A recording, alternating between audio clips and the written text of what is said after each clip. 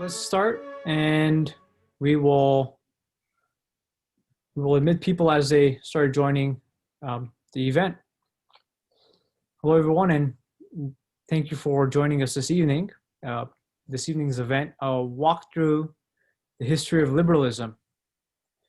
Before we begin, I'd just like to thank Zara Bagdasarian, CEO and founder of Really Good Remedies, for her support. Really Good Remedies is a San Mateo-based company where Zara has been working with major athletes and high-performing individuals from around the world in developing and implementing customized wellness programs. Schedule an appointment or get in contact by emailing support@reallygoodremedies.com. That's support@reallygoodremedies.com, or visit reallygoodremedies.com. Liberalism has a rich and complex history. Forewarning, we may not get to all of it. This might even seem like a sprint rather than a walk through the history of liberalism. There will be some time at the end to ask questions. So if questions do come in mind, just write them down. And at the end, you could just message me and we'll go through that. This event is hosted by the AIER's Bastiat Society of San Francisco. The American Institute for Economic Research, founded in 1933, is one of the oldest nonpartisan economic research and advocacy organizations in the country.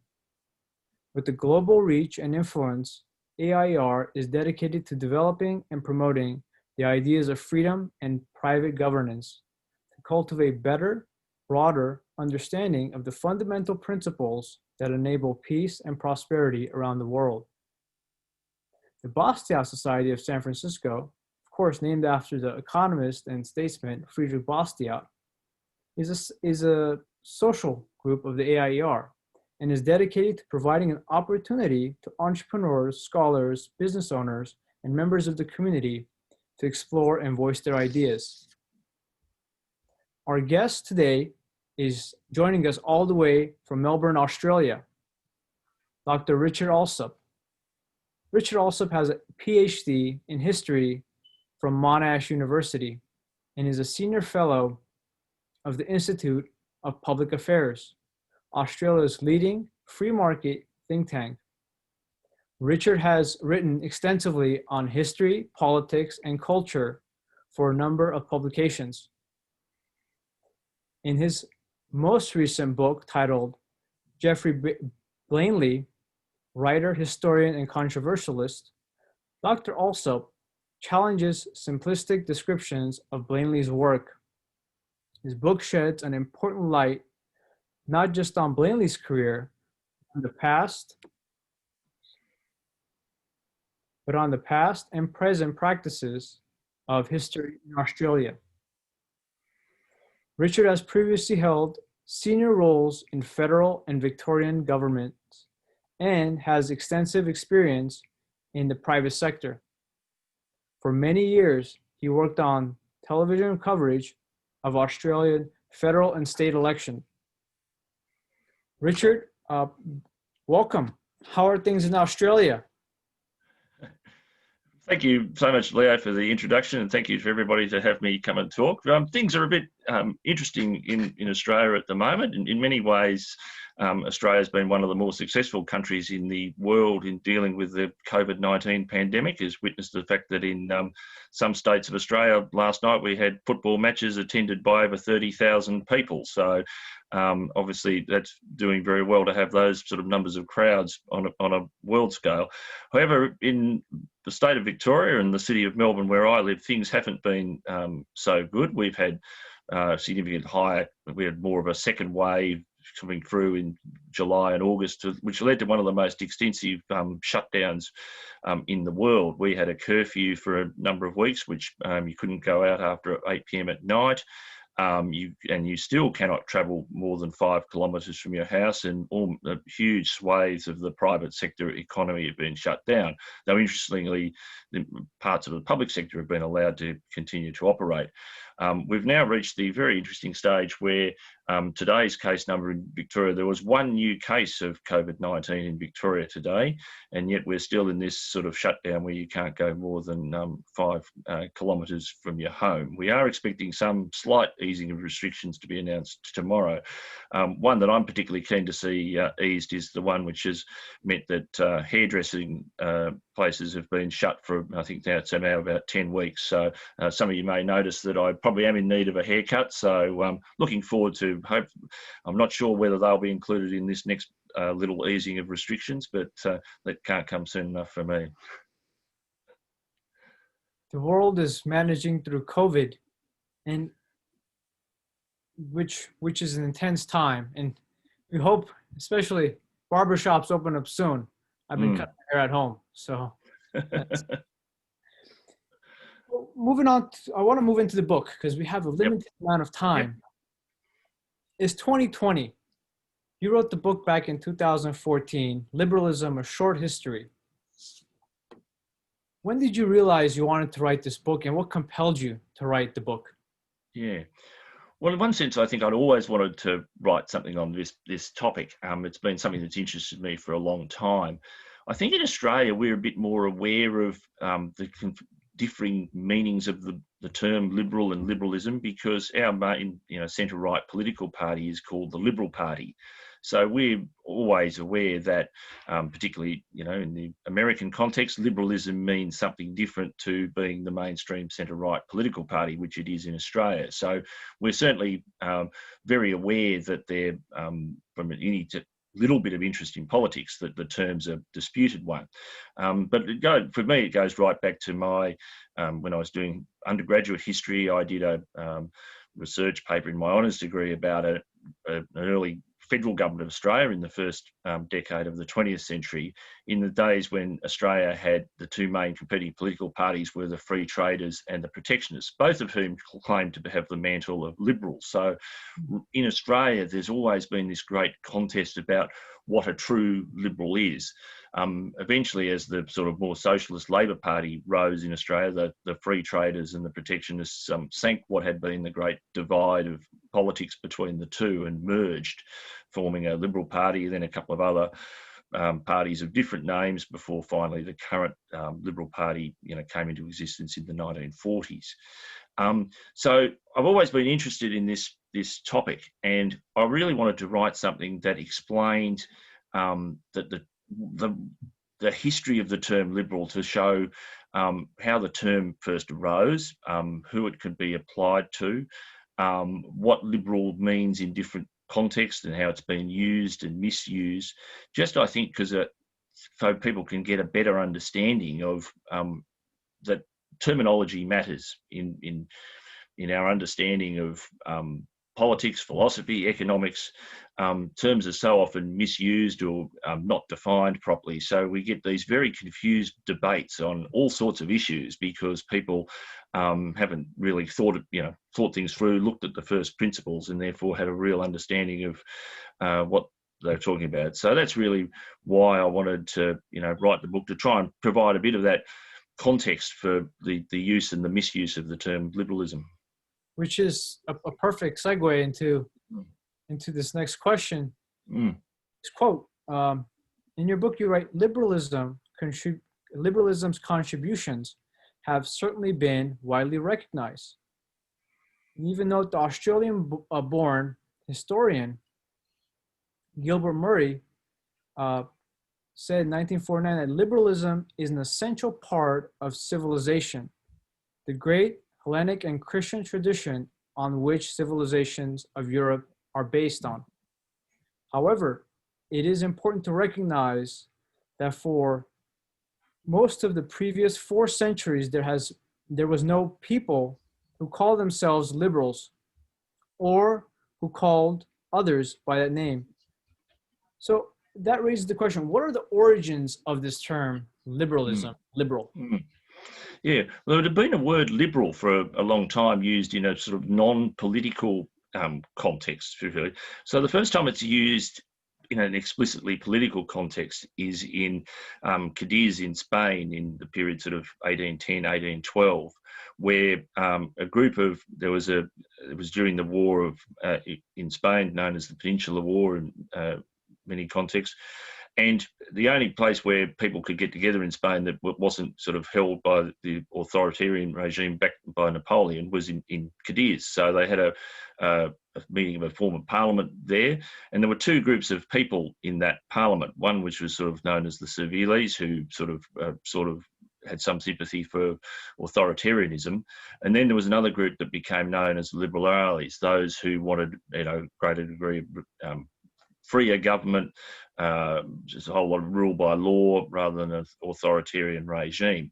And so they're the first group that people have identified who went by the name Liberales in a explicitly political context.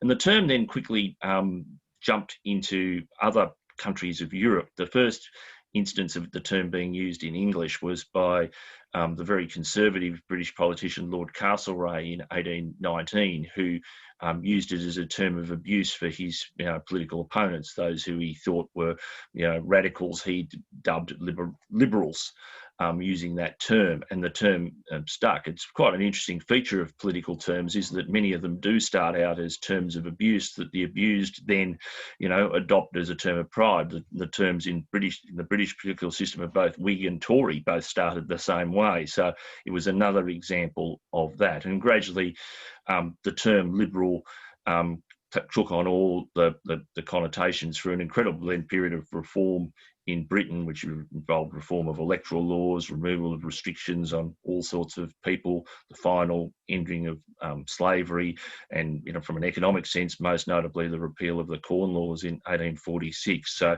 you get this full development of a liberal program then very quickly, and something which people can see as being as liberal.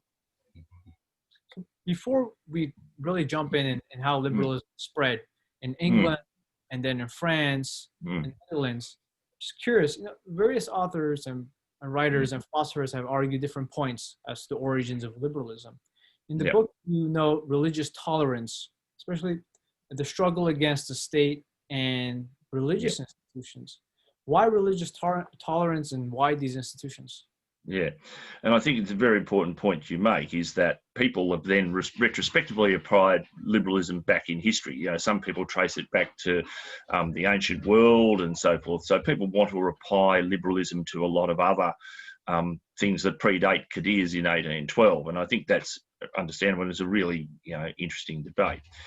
Going to your point on religious tolerance, I think that's obviously the key feature of many societies through history, is that they were controlled on the basis of there being one true religion of that society, and that was the means of ruling out any form of dissent or change or anything, was because it went against the prevailing religion. And that's why the Reformation is so important, not particularly because, Protestants or anything were more liberal than Catholics or anything like that. It's because you have vast swathes of Europe, you get two competing religions. And we have terrible, things like the 30 Years' War, where there's enormous death and destruction because of having two religions. But the ultimate result is that people start to realise that there is a better way, and that better way is to have a society where you tolerate different religions, and you start to see that happening. Initially, the Dutch Republic is a good example of where that happens, where they really, and not only do they then have just Catholicism and Protestantism, you start to get all these different sects within Protestantism who similarly all realise that their best way of proceeding is to tolerate other religions. And then it happens in England throughout the 17th century. You get this enormous struggle, often based initially around religion, but which then opens up once you start allowing different things, you start open up other people to think about other ideas. And it's eventually resolved in England with the Glorious Revolution of 1689, which says we're going to be a Protestant country and a ultimately, tolerant one. Initially, not particularly tolerant of Catholics, but in general, tolerating all other, sects and in general. In writing about the origins of liberalism, in the book you quote Alan Ryan, a professor of politics at Oxford. in stating there is no economic or political reason why liberalism could not have arisen in Athens in the 4th century. Mm. But Greek religion and ethics would have had been very different. In other words, liberalism requires a particular intellectual and moral outlook and way of conceptualizing moral and political issues that existed in no ancient society, but it did not require any particular social, economic, or political structure. Which raises the question, does liberalism require certain intellectual or moral outlooks, or is it innate in our humanity to be free? I actually think the answer to that is a bit of both. I think there is an innate desire amongst perhaps not everybody, but most people to want to have freedom, have that decision to be able to determine how one lives one's own life. But it's very hard to have that perspective if you're in a very closed community where the only thing you're exposed to is the culture of that community that's an incredibly rigid culture. It's hard for people to think outside the square, if you like, to think about what else they could do.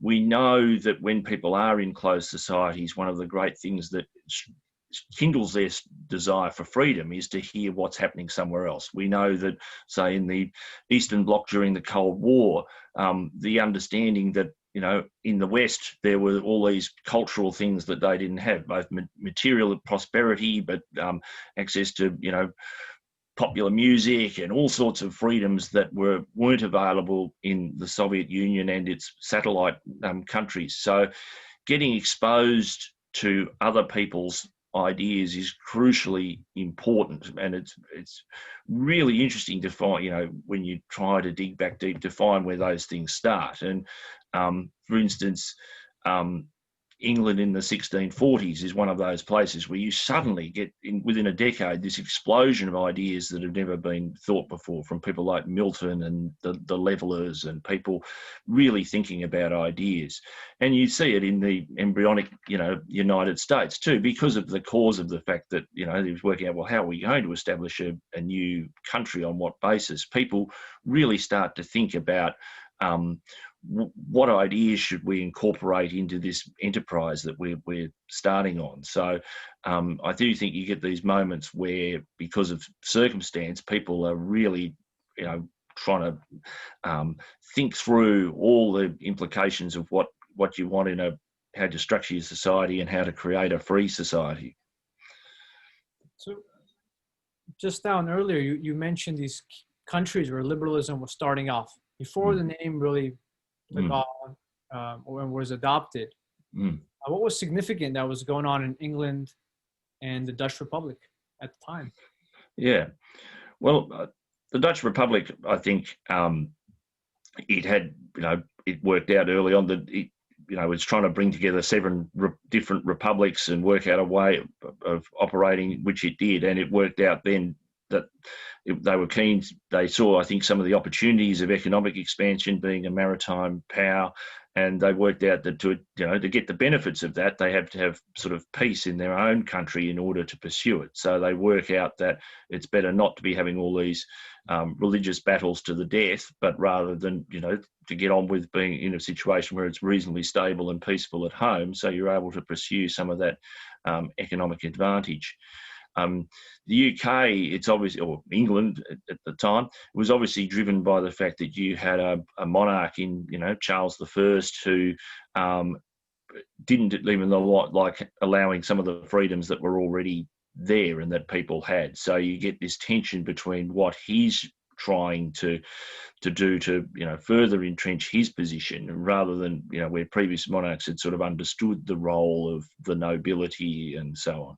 So initially you're only getting a real battle between, you know, the rights of the king and the rights of the nobility. But in the upshot of it is, once you start getting this sort of turmoil happening in these debates, this spreads for the first time down really into the population. So you get lots of ordinary people through organised groups like the Levelers and so all wanting to have a say. And you get the thing in Cromwell's army where you get debates between different parts of his army as to what sort of society it is they're trying to create. Initially, they've got fairly limited goals, but eventually they realise that to achieve those limited goals, they might need more radical action, which ends up with the execution of the king and the establishment of the Commonwealth. Now, in the end, it doesn't work out that well, and it's not a success, and they end up having the restoration of the monarchy. But in the process of that battle, that they've unleashed a whole lot of liberal ideas, and we get this constant thing with liberalism. It's not a smooth forward trajectory where the world gradually becomes more liberal. It's constantly contested. There's steps back and steps forward. But as the contest of ideas unfolds, gradually, for a long period, there's a gradual move towards a more liberal world, which probably, at least in the first instance, sort of culminates right around the middle of the 19th century before, countervailing forces start to get involved as well. Which is perfect. It's like you're segueing into the next question. I'm sure throughout time, as these new ideas came about, there was friction against the status quo. You're right. At times, liberals have had to take up arms to promote or defend freedom. Referring to Locke, Locke's political activity demonstrates that the story of liberalism should never be told in purely philosophical terms. And you even mentioned a gentleman by the name of Sidney. What are some of the foundations these Renaissance and Enlightenment thinkers were setting at the time, and at what price were they willing to pay to see these ideas come to reality? Yes, it's a very good question, and we've all heard of Locke because of what his writings and the influence he'd had profoundly, and we know a lot of, for instance, the Americans involved in the Declaration of Independence had all read Locke. Many of them had also read some of the writings of Algernon Sidney, who's less well known to history, and part of the reason he's less well known to history was because he never completed some of the works that he was working on because he was killed for his political beliefs. He was a great figure throughout. He'd been involved in the English Civil War in the 1640s. He stayed away from England for a while probably wisely after the Restoration, but then came back. The problem that for people of his liberal style political views in the period was that while they could just get along with Charles II as the monarch, they knew that if he didn't have a successor, his brother James II would become the king, and James was very explicitly in favour of a return to a very authoritarian monarchy and a very illiberal society. So Sidney was involved with what was known as the Rye House plot, which was a plot to effectively get rid of what in future became James II. He was discovered, and he ended up paying with his life for his involvement in this plot. But his writings, were very influential. Locke was wisely away for a lot of this period, spent some of his time in Europe, so was then able to return after James II had ceased to be the monarch in 1688, 1689, when there was a new political establishment in England, which was able to accommodate the writings of liberal people like Locke, who has laid a lot of the philosophical basis for liberal thinkers then, in all parts of the key places in the 18th century, Enlightenment France, Scotland, which was another important part of 18th century liberal thinking, and North America. So liberalism in the 16th, 17th century, let's say, finds roots in England, and then hops on over to Scotland and France in the 18th century. What happens, and how does liberalism differ from how it originally started in England? Yeah, well, I think they each add a different aspect to it.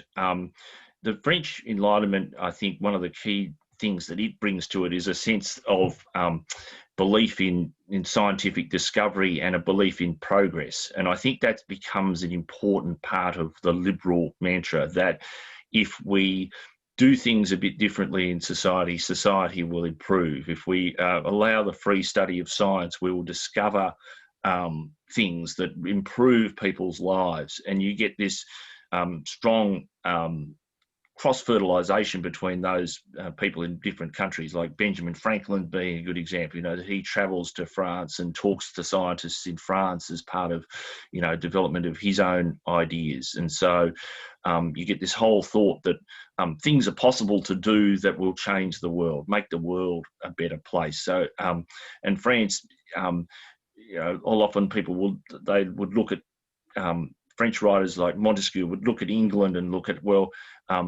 he actually probably overrated how much some of the things that Britain had achieved in its political form, because England was still very much not a democratic country at that time. But Montesquieu picks up on concepts like separation of powers, which he then writes about, and then some of the writings of Montesquieu then go to influence the US Constitution when it's established. So that's, I think, what France brings.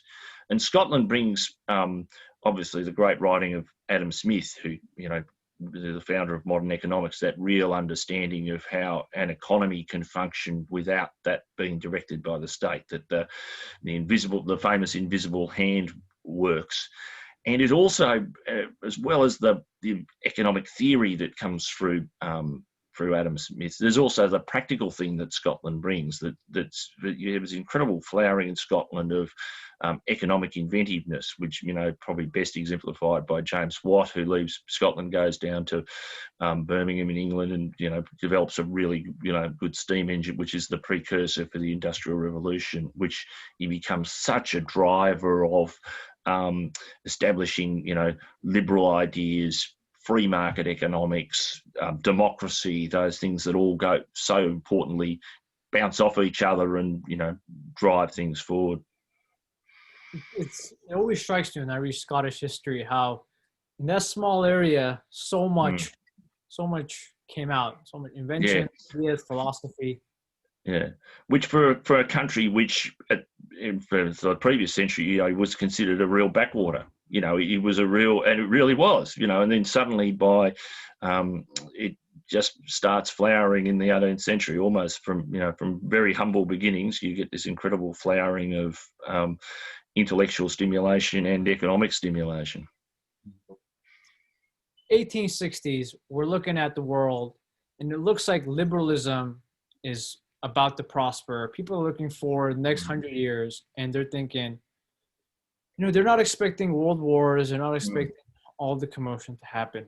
And we look back, and we have writers such as Mises, who notes that liberalism was only partially implemented. What happened between that 100-year period between 1860 to the 1950s? Yeah, I think part of, in one sense, liberalism becomes a little bit of a victim of its own success as it starts raising, living standards and opening things up. People start to look for other things. So they ignore the fact that for, millennia, people were living in worse, poverty than they were at that time. But they start to point to things like poverty and say, well, can't an active government do something to fix some of these problems that we see? And I think there's just always this inherent thing that there will be people who want to see an active state in whatever form that is. People will look at that. And we start to get strands in lots of different places where people start to use the modern state in an illiberal way. Bismarck's Germany being a very good example, where Bismarck wants to build German power through developing a strong welfare state, building up industrially, or to build for the purpose of building a strong German state. You get the city where I live, Melbourne in Australia, was one of the is a really interesting case study, because the editor of its main newspaper was a Scottish man called David Syme, who was a really strong and virulent protectionist. So he came to Australia and decided he wanted to build up that Victoria should become the home of industry, and the way to do this was protection. So you get this really interesting case study in Australia where Melbourne and the then colony of Victoria becomes this really protectionist place, whereas Sydney and the state of New South Wales stays a very strong free trade state. And why it's a really interesting example is because Syme, though, still wanted to keep the label liberal for his protectionist project in Victoria. So that's why, as I mentioned it earlier, you get to the start of the 20th century and you still, these two competing liberalisms in Australia, but more and more it's the free trade liberalism that gets to be labelled conservative. And this is why the use of terms is so important, because it's the one that cops the conservative label.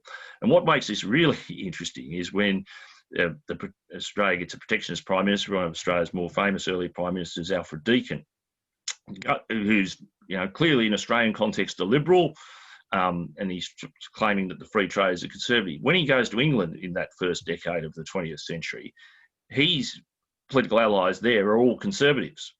So it's really in England the term, if you were a protectionist, you could only be a conservative. At that point, you could not be in the English context a liberal. And yet when Deakin goes to England, he's associating with conservatives, whereas back in Australia, he's trying to present as the liberal opposing conservatives, whereas the conservatives, headed by a guy in Australia called George Reid, were very much akin to the British liberals of that time. So, which is really, I think, an interesting example of how you start to get this real context between different views, and just the whole fascination is that people still want to be called liberal, even though they're changing fundamentally the liberal program as it was developing up until the 1850s and 1860s. You're touching on a point that confuses so many people around the world, from the continent to England to the United States to Australia. It seems like there's this ripple effect from the original meaning to how it's used in the United States. And can you share a little bit more about that and just bring some clarity? Yeah, well, I think it's there's a lot of context. I always say it's in one sense it's a thing of context. So in certain society we can all agree. So you use an example I think I use in the book is that if you're talking about China, Deng Xiaoping is more liberal than Mao. So, after, the demise of Mao, from 1978 onward, China liberalises under Deng Xiaoping. But nobody would say that Deng Xiaoping was a liberal in any logical sense of the word. This is the man who still, sanctioned, tanks rolling over people in Tiananmen Square, still, one-party state. So I think we can, in context, use the term liberal compared to authoritarian, and that then makes liberal a very broad church. And I think in certain contexts that's a legitimate use of the term liberal.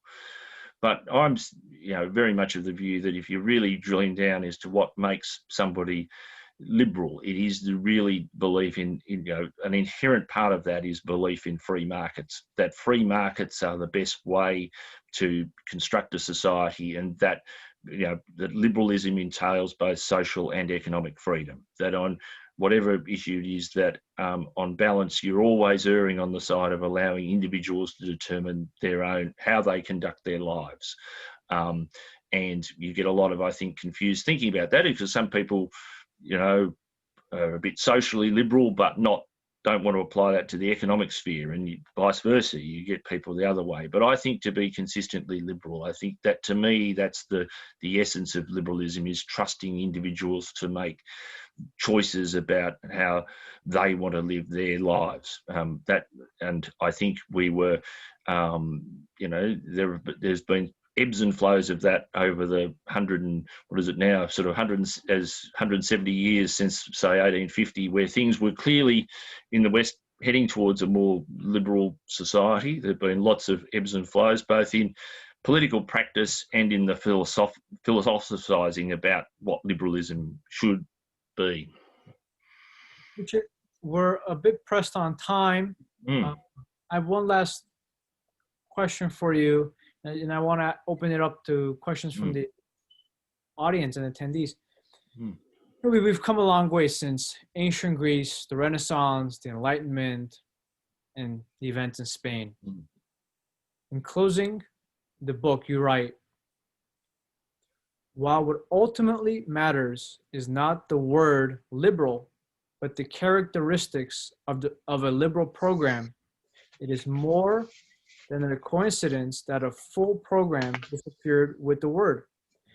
Maybe if we can reclaim the word and understand its true meaning, we will also reclaim even more of the liberal program. So my question is, do you think we've come a long way even since 2014?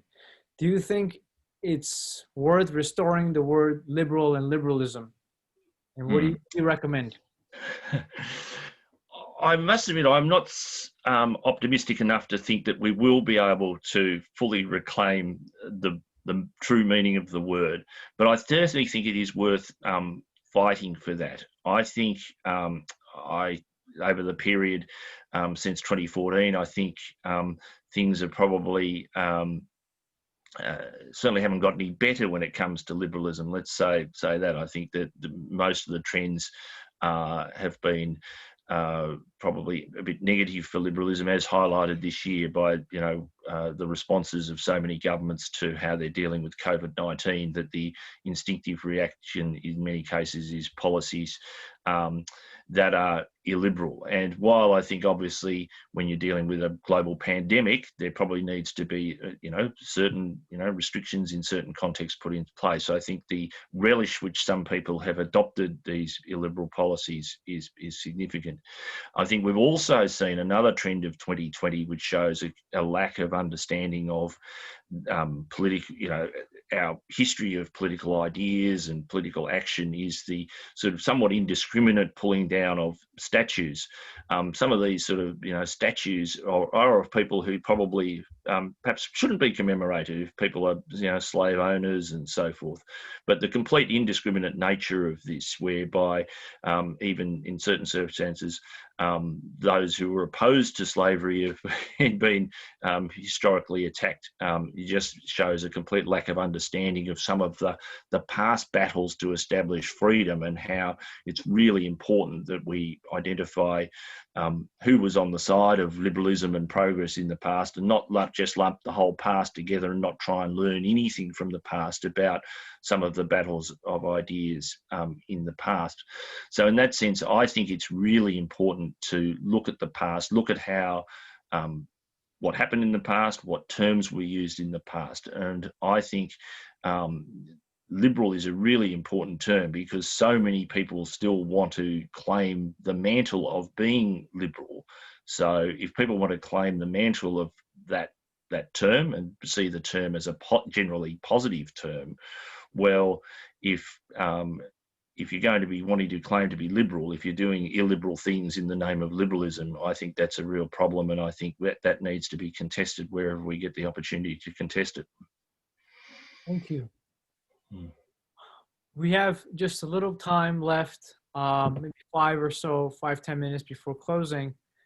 If you have questions, feel free to just, I'm looking at the question, just message me the questions and I'll read them to Richard in the order they were received. I see one from Jerry here. He writes, how do you explain to others the difference between classical liberalism and socialism/communism? Yes, well, that's a big question, and obviously a fundamental one. I mean, in a funny sort of way, I think if people want to self-describe as socialists or communists, in many ways that makes things easier, because we sort of know what they're talking about. But I think in recent years there's been a revival of a lot of people effectively talking about things which are socialist and communist without sort of really understanding the history of that, and again, we find incredible lack of people who understand the actual what's happened when people have tried to go down the communist path. People are not being aware of what happened in the Soviet history or in Chinese Communist Party history. So again, I think it's really important that we define what's been happening there. And I think we also need to talk about, what some of the things that classical liberalism achieved. That, and even in when you get, partially liberal societies, such the decline in world poverty over the past half century has been incredibly dramatic by just an imperfect capitalist society operating, has been able to reduce global poverty enormously. And I think one of the real dangers of COVID-19 is that we'll see a period of much more restrictive trade. Hopefully that won't happen, but the free movement of goods around the world is obviously one of the key drivers of a prosperous world, but also a liberal world where people can trade, with whomever and however they want. And I think that's been one of the key drivers of reducing poverty, and I think it's one of the key selling points of classical liberalism, that it's able to deliver that sort of world. And I think there is some risk at the moment we go back to the sort of reacting as we did in the Great Depression, where there was this terrible restrictions placed on global trade, which took a long while then to unravel by in the period after the Second World War. So we finally got back to a period of open trade somewhat akin to what had been developing in the 19th century. You get this incredible explosion through the development of technology and implementation of liberal ideas in the 19th century. You get this explosion of world trade and development, which is then cut off through the triple disasters of the First World War, the Depression, and the Second World War, but which is then finally re-established, in the latter part of the 20th century. And I think some of that is currently at risk. So we have another participant who was asking, what do you think of the meaning of liberalism in the book by Michael Savage entitled "Liberalism is a Mental Disorder"? I actually haven't read that book, so I can't really comment too specifically on it. Again, would have to know how the liberalism was being defined as to whether we knew it would be a mental disorder or not. Just in the U.S., just a quick note, liberalism refers to, I'm sure you know, Richard. Yeah. It's just straight away from its original meaning. Yeah.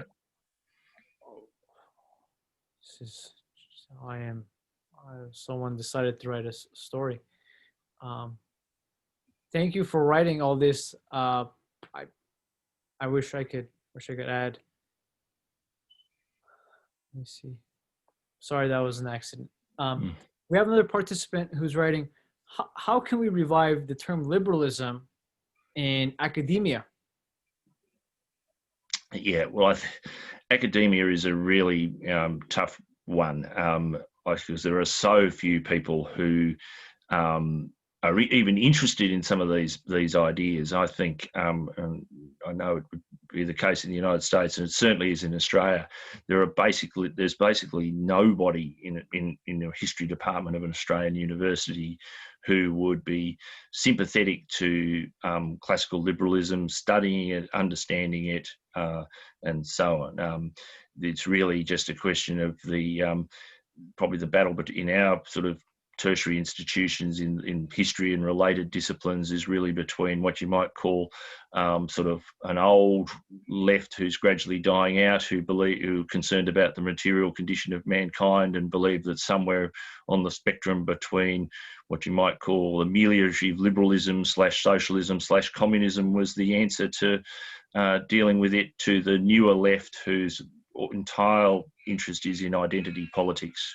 That's really their whole interest. So they're only interested in studying things from the point of view of gender or race or sexuality, or those issues. So it's incredibly depressing is that there's no form of history, certainly no political history. I remember when I did for my master's, I was doing something on a political history topic, and the university had to they said, well, we certainly don't have anybody in the history department who can supervise something on political history. We don't have any of those.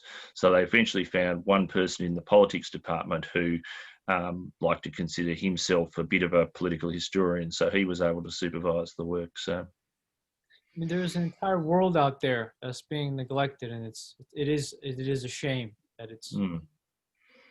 One final question. It's there's so much progress in the world. How come liberalism is not getting the recognition it deserves? Yeah, I think that's a wonderful question. I think it's extraordinary to me how people don't recognise, the incredible rise out of poverty of large, swathes of humanity has been driven by allowing economic freedom. That the reason that, by China, within China, to take an obvious example, while they certainly haven't adopted the liberal program, by allowing a sufficient amount of economic freedom to people to pursue free economic activity, has driven this enormous rise out of poverty. And we're seeing it to an extent in India as well, and across swathes of what was the third, regarded as the third world. There's been an incredible rise in living standards, and I can never understand how really that capitalism, liberalism, whichever one of those things you want to ascribe that to, does not get the credit for that. And I think it is because so many of the public commentators, people in universities, don't have any sympathy for liberalism and capitalism. And just to go back to perhaps where we started, talking about the current lockdown that we're experiencing here in Melbourne, we have a government from our state governments from the Labor Party, so obviously slightly to the left politically. But when they go into these restrictions, their whole mindset is they need to ease some of the social restrictions, like how many people you can meet up with and so forth. And they have no sympathy whatsoever for people like small business people, anybody who's an entrepreneur, and so on. They cannot relate to those sort of people. They cannot relate to people who want to run a business, want to employ people, want to generate economic activity. That just it doesn't really enter their mindset that that's an important priority. And I think that, in a sense, is a microcosm of the problem, that people just don't understand that. And you see it in the writers, going back to the very first writers who wanted to change the nature of liberalism from the 1850s to 1860s. The key part of their motivation was that they didn't like the look of materialism and economic growth, and in a sense they didn't like the thought of poor people becoming wealthy through economic activity. That seemed to them anathema to the sort of society that they want to live in. And I think those who believe in a liberal capitalist society need to constantly promoting the importance of that economic activity really is a driver of the good life. It's not the driver of some materialistic life that we should be ashamed of. It really is the driver of a good all-round life. That economic liberalism is as crucial as political liberalism and freedom and cultural liberalism. Richard, I just want to say thank you, and a few concluding remarks. I want to say congratulations, everyone. You made it through the sprint. It was a sprint through the history of liberalism, then a walk. There are a lot of details, and everyone is going to receive a PDF copy of Richard Alsup's book, Liberalism: A Short History, which is really, it jam-packs so much information in about 90 pages. So you can watch a movie for 2 hours, or you could read this book in 2 hours, and then you get, if you're new to the subject, you're gonna be way up there in knowing all the references and knowing what people are referring to. If you've studied this material, it's a great compilation of ideas and writers, and I'm sure you're gonna come across something that you're gonna be like, wow, I completely forgot about that, or I've never come across this material before. It's an excellent book, and it's going to be yours. In closing, I really like to echo Mises in saying it's ideas that group people and determine the actions we take in our lives. In learning about liberalism, one cannot help but realize that each and every one of us is more capable and stronger than they may sometimes believe. Individuals determined and equipped with humanitarian values can aid to better the world and humanity. With that, I just want to finalize by saying thank you everyone for taking the time for joining this event, and thank you Dr. Alsop for your contributions and to dedicating the time to joining us today. Please visit the AIER website for upcoming events, and we're going to try to make this available online. Thank you. Thank you so much, Leo, for having me. Thank you.